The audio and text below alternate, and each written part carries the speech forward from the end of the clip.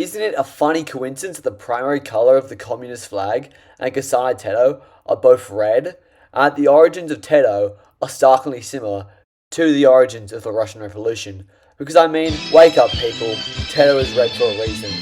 And that reason is for the last 17 years, she's been representing communism.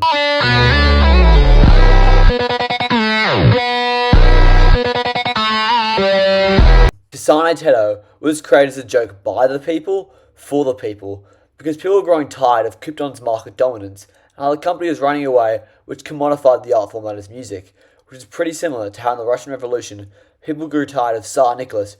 But instead of overthrowing Miku the same way Tsar was overthrown, Teto was created by a non-corporate linked community, with a first voice bank being available on Yuta, an open source and grassroots program. And this legitimized Teto, who originally was a joke, began a proletariat rising in the space of vocaloid, rooting Teto deep into the system and to a degree overthrowing the capitalist nature of Krypton from both the digital space to the physical world, because unlike Miku, you can be used as a commercial tool to attempt to exploit the free market and sell Krypton licensed clothing, keychain bags, figures, and even toilets. Kasane Teto is the opposite, as none of her merch is licensed by Krypton.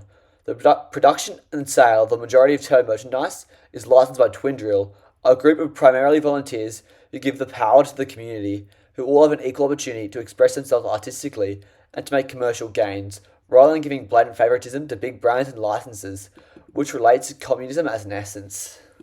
So far, I've only looked at things from the surface level, but now let's take a deeper dive beyond the surface, into proving how Teto represents communism by looking deep into a characterization. One of Teto's favourite foods is a baguette, a French food which holds a rather profound meaning, as baguettes are a symbol of tradition, craftsmanship and community, all cornerstones of communism, showing us that Teto loves artisanal craftsmanship rather than mass production, and a love of unity and sense of community brought upon by communism rather than the alienation of capitalism. Another way to interpret Teto's love for baguettes is that she sympathises with the communist aspects of the French Revolution.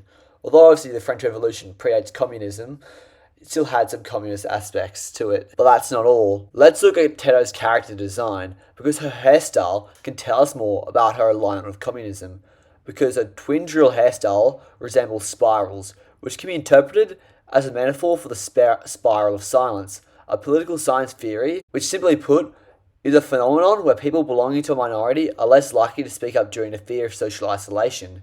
Communism as an idea encourages an equilibrium reality where all people are equal, and an ideal world where everyone is equal. There are no such thing as minorities. Teto's voice ends up shining through the spiral of silence, showing her disdain to non-communist ideas. Now, this video might seem like a constant glaze of communism, but it really isn't, because there's only 5 communist countries in the world, and they're all shit. Aside from Vietnam, I'm a really big fan. And even Teto herself can represent the unsavoury natures of communism, as even though it's a massive win for Teto to appear alongside Miku on stage, she's slowly starting to become used as a commercial tool rather than a communal one. But yeah, moving on. For the Miku socialism video, I saw another people suggested me to make a Teto video, because Miku doesn't really represent Marx's ideals, and the video is a bit shit, which is fair enough. But thanks to the people who left some constructive criticism, which helped me out while I was writing the script for this video.